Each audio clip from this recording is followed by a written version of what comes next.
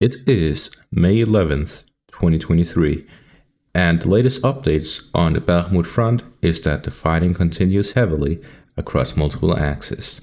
So here to the southwest, in the direction of Klishchiivka, the Ukrainian forces continue their attempts at establishing a bridgehead across the canal. So this heavy fighting causes a lot of casualties on both sides, as the main fighting is by the open fields. The Russian forces hold this forest line here across, which means that the Ukrainians are not able to properly establish a defensive line and establish a proper bridgehead. So the Russian forces are continuously attempting to send reinforcements to this part of the front line, specifically Wagner forces, to prevent a Ukrainian breakthrough, with little to no help from the Russian forces, according to the Wagner official statements from Prigozhin. So the latest news from Remy: Ukraine launches massive counterattacks both on the flanks and inside Bakhmut. It's going to be a difficult night for the boys. UA seems to have gained new courage through the successes on one of the flanks and wants to further improve their positions. Also within the city. Very intense and difficult phase of Bakhmut at the moment, which will also be decisive for further course. And then according to Prigozhin, in Artemovsk, 170 meters were covered. PMC Wagner is moving in the midst of high-rise buildings and the western outskirts of the city. So if we go to the western outskirts, we see that there was this advancement here yesterday.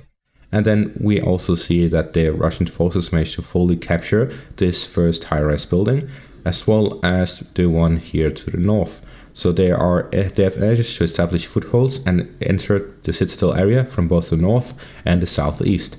This means that the Russian forces are now heavily fighting, and they may look to cut off this northeastern part by connecting with the two main roads. That is a possibility of the current course of action, as there's a lot of fighting by the Peremoha cinema. So the situation in the Bakhmut city is very tense, as well as in the surroundings, as the fighting heavily continues, especially on the flanks, but also within the city, as both sides try to establish an advantage that they can take advantage of and establish proper positions which will allow them to either Russian side capture the city or Ukrainian side prevent the capture of the city. Then we have the latest news from Remy. Unfortunately, the southern flank does not look good. More on that tomorrow when I have a clearer picture. There's been no update on that so far. However, he does say some people should stop exaggerating completely. The southern flank has not been lost. Russia is holding the heights as Klishchiivka, so this area right here, which will make it extremely difficult for Ukraine to advance further. It's war, it's completely normal to have some back and forth. This happens every day, just not everything is made public. The battles are still 98% along the canal, which indicates that the Ukrainians may have broken through this forest line at some points and are able to advance further. However, it seems that most of the fighting is still happening by the canal. Luckily, Wagner was able to fend that off. There are only 2 battles east of the canal, but again, UA is making little to no further progress at the moment, so many should calm down a bit and not badmouth everything that happens. Wagner does everything to relax Bakhmut and the situations on the flanks again. Let the guys work, and then we will see what happens in the end. So that is the current situation on the Bakhmut front, and something a lot of comments continuously say and state is that how many people are dying over Bakhmut, how much, so on and so on and so on. If we look at World War I, the Battle of Verdun. The Battle of Verdun happened in 1916. The city itself has a population, modern day population of 15,000 people. That is about 20% of what Bakhmut has. And in this battle that took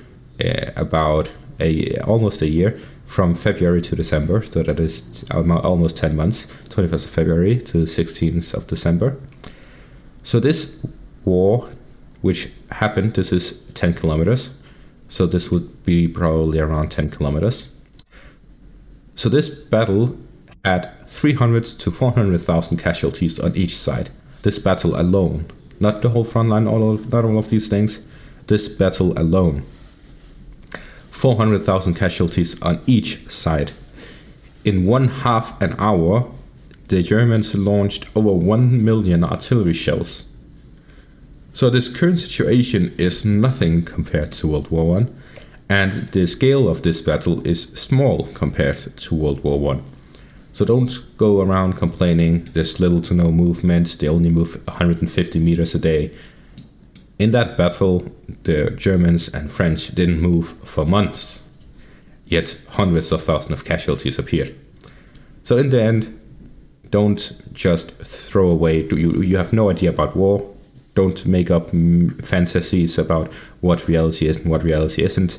This is very normal when it comes to war, this is something that always happens, and the scale of this battle is small in comparison. So in the end, what is actually happening here is that there's no meat grinder, it's just normal warfare that happens as normal war happens. A lot of tragedy, a lot of destruction, a lot of deaths, and not really much to show for it. That's going to be all for this update. Thank you all for watching and have a great day.